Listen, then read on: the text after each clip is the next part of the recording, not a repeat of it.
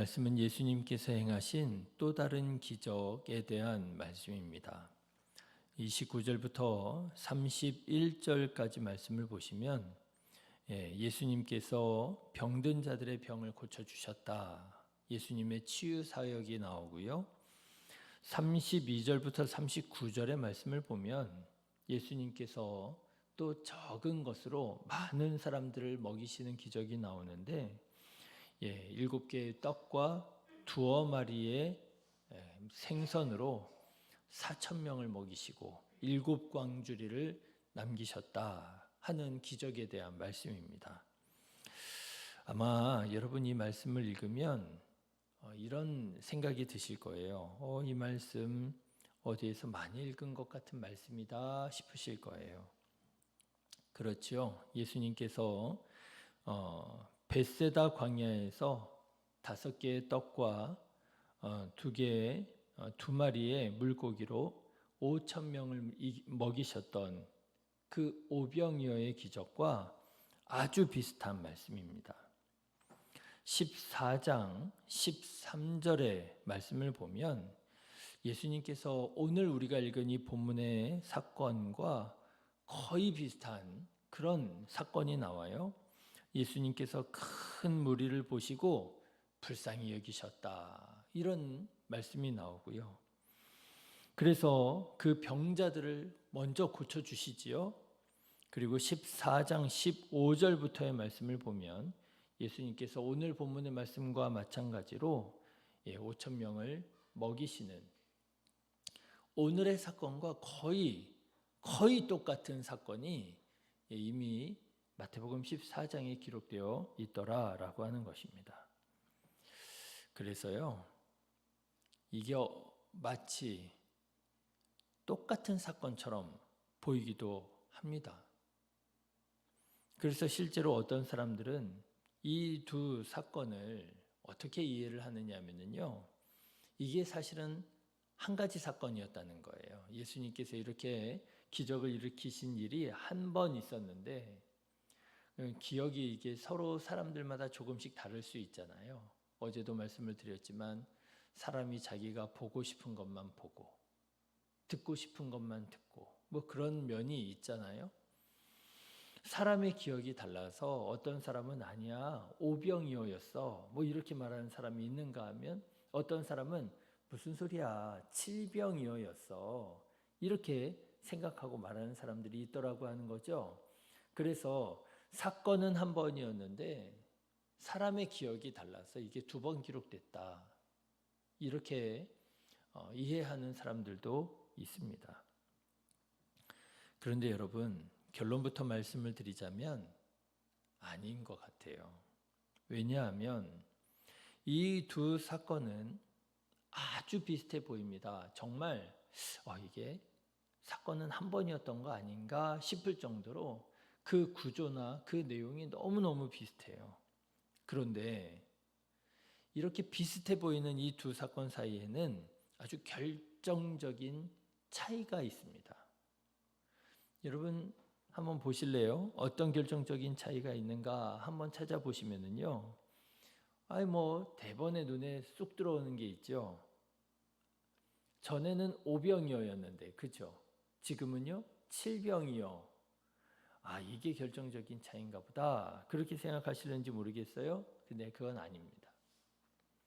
그러면 12광주리를 남겼었는데 이번에는 7광주리를 남겼다고 그러네. 이게 결정적인 차이인가 하실 수 있는데 사실 그것도 그렇게 결정적인 차이는 아니에요. 물론 차이점이기는 하기는 하지만 이것보다 훨씬 더 중요한 차이점이 있습니다. 그게 무슨 차이점이냐 하면 바로 장소의 차이, 대상의 차이라고 하는 차이예요. 소위 오병이어라고 하는 이 기적은요, 벳세다라고 하는 곳에서 일어났습니다. 그런데 여러분 이 벳세다라고 하는 곳은 어디냐 하면은요, 한마디로 말하면 유대인들이 사는 유대인 지방이에요. 벳세다라는 말은 벳은 집이라는 뜻이라고 말씀드렸잖아요. 벳엘, 하나님의 집.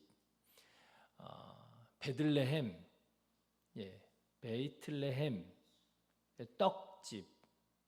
그리고 뭐 벳쉐메스, 그러면은 벳, 집. 그리고 쉐메스는 태양이거든요. 태양의 집. 뭐 이런 거예요. 뭐 벳샨 해가지고요. 이스라엘 지명에 벳이라고 하는 게 들어가는 게 많습니다. 이게 집이라는 뜻이에요. 그러면은 세다는 무슨 뜻이냐? 그러면 세다는요, 어부라는 뜻이 있습니다. 어업이라는 뜻도 있고요. 그럼 베세메스가 어떤 곳이에요? 어부의 집이다. 이렇게 이제 이해가 되는 거죠. 유대인들이 살았던 어부의 집이라고 불렸던 곳이 벳세다고요. 이 벳세다는 갈릴리 호수가 이렇게 있으면 갈릴리 호수 북쪽에, 조금 더 정확하게 말씀드리자면 북쪽 약간 서쪽에 치우쳐 있었던 유대인들이 사는 지역입니다. 거기에서 예수님께서 5개의 떡과 2마리의 물고기로 5,000명을 먹이시고 12광주리를 남기셨던 거예요. 자, 그런데 오늘 이 칠병이어의 기적은 어디에서 일어났느냐? 전혀 다른 곳입니다. 전혀 다른 곳인데 어디냐면요, 이 갈릴리 호수가 이렇게 있잖아요. 동그랗게. 갈릴리 호수의 남쪽에 동쪽에 치우쳐져 있는 곳에 데가볼리라고 하는 10개의 이방인 도시들 중에 히포스라고 알려져 있는 도시에서 일어난 것으로 그렇게 여겨지고 있습니다. 근데 이게 참 중요한 차이가 있어요. 지역이 다르구나. 오병이어는 갈릴리 호수 북쪽에 벳세다. 칠병이어는 갈릴리 호수 남동쪽에 히포스. 지역이 다른가 보다. 지역만 다른 게 아니고요, 대상이 또 달라요. 이 히포스라고 하는 곳은 어디냐면 이방인들이 사는 곳이에요. 여러분, 성경에 보면 가끔 데가볼리라고 하는 지명이 나올 때가 있습니다. 근데 이 데가볼리라고 하는 지명은 아주 의미가 있는 지명이에요. 데가라고 하는 말은요, 열이라는 뜻입니다. 볼리라고 하는 뜻은요, 폴리스, 도시라는 뜻이에요.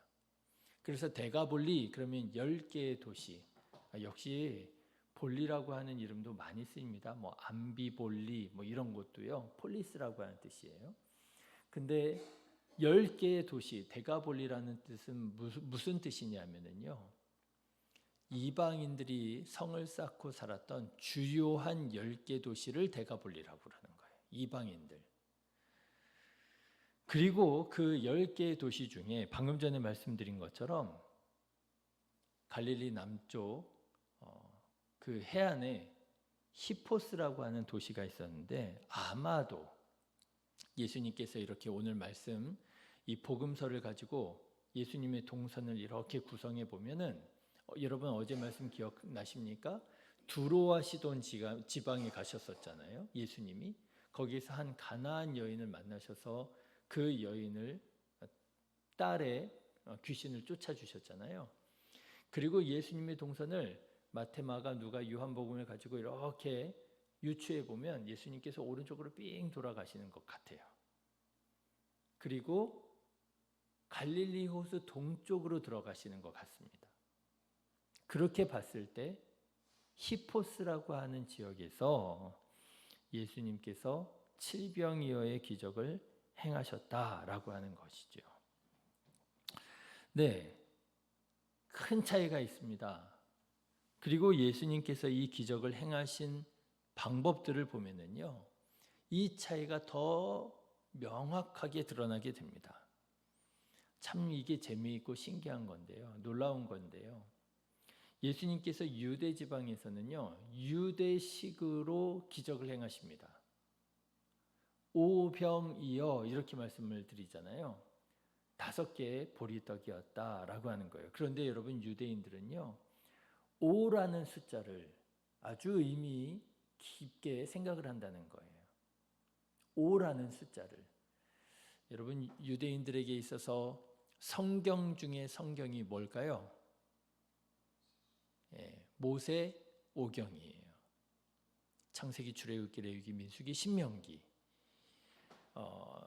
아주 정통적인 유대인들은요, 성경 그러면은요, 모세 오경을 성경으로 칩니다. 뭐 선지서도 있고 뭐 지혜서도 있지만 그것은 사람의 책이라고 이해하는 경향도 있어요. 그런데 유대인들에게, 아주 정통적인 유대인들에게 있어서 이건 정말 하나님의 말씀이야 라고 하는 것은 모세오경이에요. 그래서 이 5라는 숫자가 유대인들에게 있어서는 굉장히 의미가 있습니다. 그런데 참 신기하게도 예수님께서 유대인 지방인 벳세다에서 5천 명의 사람을 먹이실 때, 그죠? 거의 또 5천 명이에요. 그럴 때 5개의 떡으로 먹이셨더라라고 하는 거예요. 그리고 몇 광주리를 남겼다고요? 12광주리를 남겼다. 근데 딱 12 하면은 떠오르는 말씀이, 생각이 있으시죠? 이스라엘의 12지파. 그렇습니다. 여러분, 예수님께서는요, 유대 지방에서는 유대식으로 기적을 행하시더라고 하는 거예요. 자, 그런데 오늘 말씀 보시면은요, 이방인 지역에서 예수님께서 거의 똑같은 이적을 행하시는데 어떻게 행하시는가 보니까요, 칠병이어예요. 자, 그런데 떡 7개 했을 때 그 7은요, 또 이방인의 숫자라고 이해할 수 있습니다. 왜냐하면 여러분, 이스라엘 백성들이 가나안 땅에 정착하여 살게 되었을 때, 그때에 가나안 땅에 살고 있었던 원주민들이 몇 개의 원주민들이 살고 있었어요? 7개의 원주민들이 살고 있었어요. 그래서 7은요, 유대인들에게 있어서는 이방인의 숫자예요. 그런데 예수님께서 참 신기하고 놀랍지요. 이방인 지역, 아마도 히포스라고 하는 곳에서 이방인들에게 기적을, 똑같은 기적을 행하실 때 이방인의 숫자를 가지고 행하시더라는 거예요. 7병이어. 또 먹고 몇 광주리 남겼다고요? 7광주리를 남겼다라고 하는 거죠. 그러니까 여러분, 예수님께서 왜 이렇게 똑같은, 이게 원래는 하나의 사건이었던 거 아니야? 그런데 그냥 사람들이 기억이 달라서 2개로 쓴 거 아니야? 이렇게 생각하실 수 있겠지만 아니고요. 예수님께서는 똑같은 사건을 유대 지역에서도 한 번, 그리고 똑같은 사건을 이방 지역에서도 한 번 똑같이 행하셨더라고 하는 거예요. 여기에는 예수님의 의도가 있습니다. 여기에 바로 예수님의 메시지가 있습니다. 어떤 메시지일까요? 예수님께서 보실 때 유대인이나 이방인이나 차별이 있다고요? 없다고요? 없다는 거예요. 예수님에게 있어서 유대인이나 이방인이나 차별이 없다는 거예요. 유대인이니까 내가 이렇게 오병이어가지고 놀라운 기적을 행하고, 이방인들은 하나님의 백성이 아니니까 너네들은 아니야. 그게 아니라는 거죠. 예수님께서 유대인들을 불쌍히 여기셔서 그들을 먹이셨던 그 방법 그대로 예수님께서는 이방인들을 바라보실 때 마찬가지로 불쌍히 여기셔서 유대인들에게 행하셨던 것과 똑같은 방법으로 그들을 먹이시고 그들을 입히시고 그들을 하나님의 은혜로 베풀어 주셨다. 예수님께는 이방인이나 유대인이나 차별이 없다. 예수님께서 오늘 이 칠병여의 사건으로 우리들에게 바로 그런 메시지를 전해주고 계시는 거예요.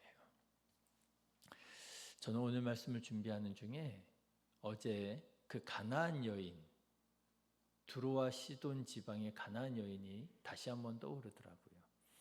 예수님께서 가나안 여인을 어떻게 처음에 대우하셨습니까? 유대인들이 이방인을 대우하는 거랑 똑같이 하셨잖아요. 무시하고 없는 사람 취급했잖아요. 막 부르짖는데 예수님 나를 불쌍히 여겨달라고 하는데도 모르는 사람, 모르는 것처럼, 못 들은 것처럼 무시하시고, 또요, 비하하셨잖아요. 개들에게 넘기는 게 마땅치 않다. 뭐 비하하시고요. 우리 예수님도 인종차별주의자인가? 왜 이렇게 사람에게 못되게 굴지? 그런 오해를 할 수 있는 그런 일이 어제 본문에 있었잖아요. 그런데 오늘 말씀을 보니까 어때요? 아니라고 하는 사실이 분명하게 드러나는 거죠. 그렇지. 우리 예수님이 그렇게 사람을 차별하는 분이 아니셨지. 예수님께서는 그 여인의 믿음을 보시기 위하여 예수님께서 그렇게 시험하셨던 것이로구나 하는 것을 다시 한번 깨닫게 됩니다. 여러분, 그렇습니다. 우리 예수님을 믿는 사람들은요, 우리 안에 그런 편견과 차별이 있어서는 안 됩니다. 나와 다른 사람에 대해서 차별하고, 나와 다른 민족에 대해서 또 차별하고, 또 나와 다른 나라에 대해서 차별하는 그런, 여러분, 어떤 종류의 편견과 증오와 미움도 우리 안에 있어서는 안 될 것입니다. 우리나라가 역사적으로 참 여러 가지 부침이 있다 보니까 우리 안에 그리스도인으로서 갖지 말아야 할 그런 편견과 증오가 있더라고요. 차별이 있더라고요. 그렇죠. 일본인을 일본인이라고 부르지 않습니다. 쪽발이라고 부르지요. 그러면서 편견을 가지고 차별을 하지요. 물론 마음에 안 드는 면이 분명히 있어요. 감정적으로 저도 별로 그렇게 좋아하지 않습니다. 중국인을 중국인이라고 부르지 않지요. 짱깨라고 부르잖아요. 물론 중국인 또 그렇게 마음에 들지 않습니다. 기분 나쁘고요. 그런데 이런 경향이 우리 안에 어디까지 가느냐 하면요, 내가 아닌, 우리가 아닌 다른 모든 나라 사람들은 다 싫어하는 쪽으로 가더라고요. 미국인들을 좋아합니까? 그러면 그것도 아니더라고요. 미국인 보고 또 양키라고 그러고요. 여러분, 우리 안에 편견과 차별과 증오가 차오르면 모든 사람들에 대해서 다 적대적이고요. 다 못마땅하게 보고요. 다 마음에 들지 않고요. 다 지적질하고요. 그렇게 되더라고요. 하나님께서 기뻐하시는 마음이 아닙니다. 하나님께서 원하시는 모습이 아닙니다. 여러분, 오늘 예수님께서 행하신 이 일들을 보십시오. 예수님께서는 똑같이 차별하지 않으시고 하나님의 사랑과 하나님의 구원과 하나님의 긍휼을 보여주십니다.